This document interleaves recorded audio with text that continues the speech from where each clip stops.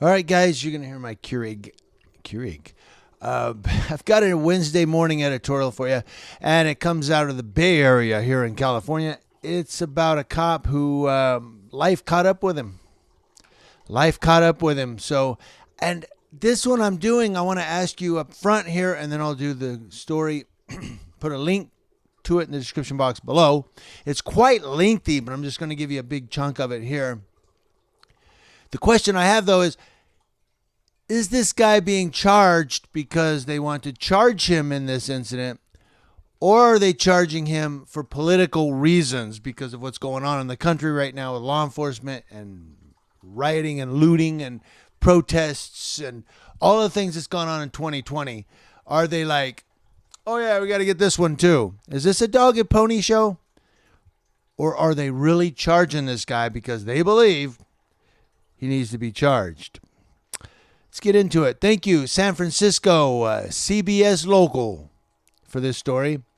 Homicide charges have been filed against former San Francisco police officer Chris Samoya in the 2017 officer-involved shooting of unarmed carjacking suspect Keita O'Neill, District Attorney Chesa Bowden announced Monday. Bowden, who promised to crack down on any police misconduct during his campaign for office, didn't mince words when he announced the charges against the former rookie officer at a noon news conference. Bowden said, quote, "In San Francisco, there has been a long history of officer-involved shootings leading to no accountability whatsoever, further cementing the idea that police are above the law. That stops today.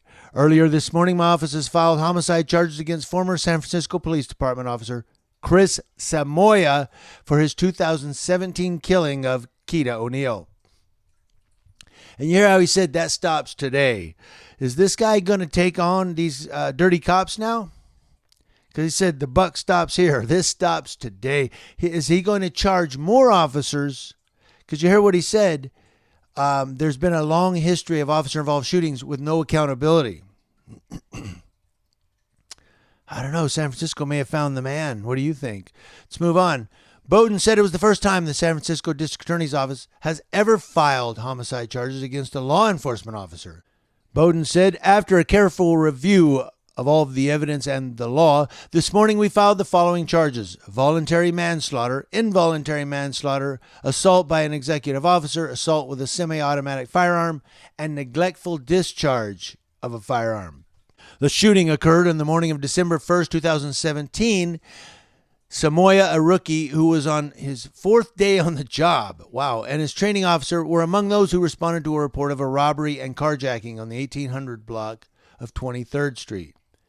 A California lottery white minivan was carjacked outside a corner store at 23rd and Arkansas Street. The woman driving the lottery vehicle was assaulted and suffered non-life-threatening injuries. Another vehicle described as a gold SUV was seen in the area and police believe was involved in the carjacking. The two vehicles were seen traveling together in the Bayview district, and police stopped the older model GMC Yukon SUV at the corner of Ingalls and Gilman, where 4 occupants were detained. The lottery van continued and was chased into a dead-end corner of Fitzgerald Avenue and Griffith Street outside of the Alice Griffith housing complex.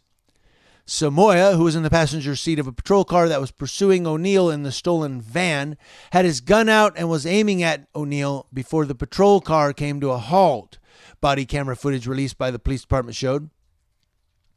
As O'Neill ran past the officer's patrol car, Samoya fired at him from inside the vehicle, shattering the glass. He then fired at an unarmed O'Neill through the car's window, striking him once. The bullet struck O'Neill just above the collarbone on the right side. He was transported to San Francisco General Hospital, where he was pronounced dead. District Attorney Bowden has said Mr. O'Neill had no weapons. He was unarmed. Body camera footage from other officers shows that not a single other officer pulled out their service weapon or pointed it at Mr. O'Neill. As a result of Officer Samoya's terrible, tragic, and unlawful decision that day, Mr. O'Neill was killed.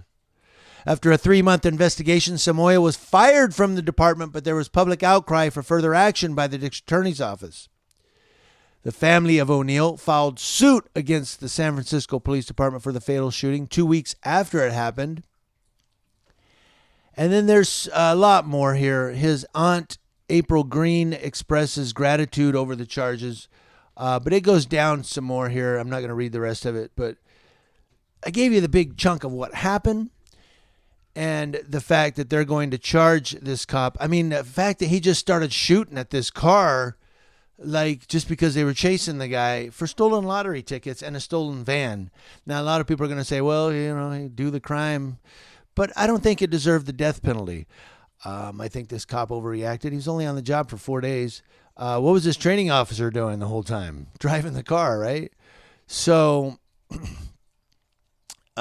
here's one where, he just jumps out like Wyatt Earp and his band of marauders and starts shooting into the car. And now he's getting charged 3 years later. The real question is, why didn't the district attorney before file charges? Well, no charges have ever been filed against a law enforcement officer in San Francisco till now. What's going on with that? Didn't Dirty Harry Callahan ever file charges against a cop? I think he did. Some motorcycle.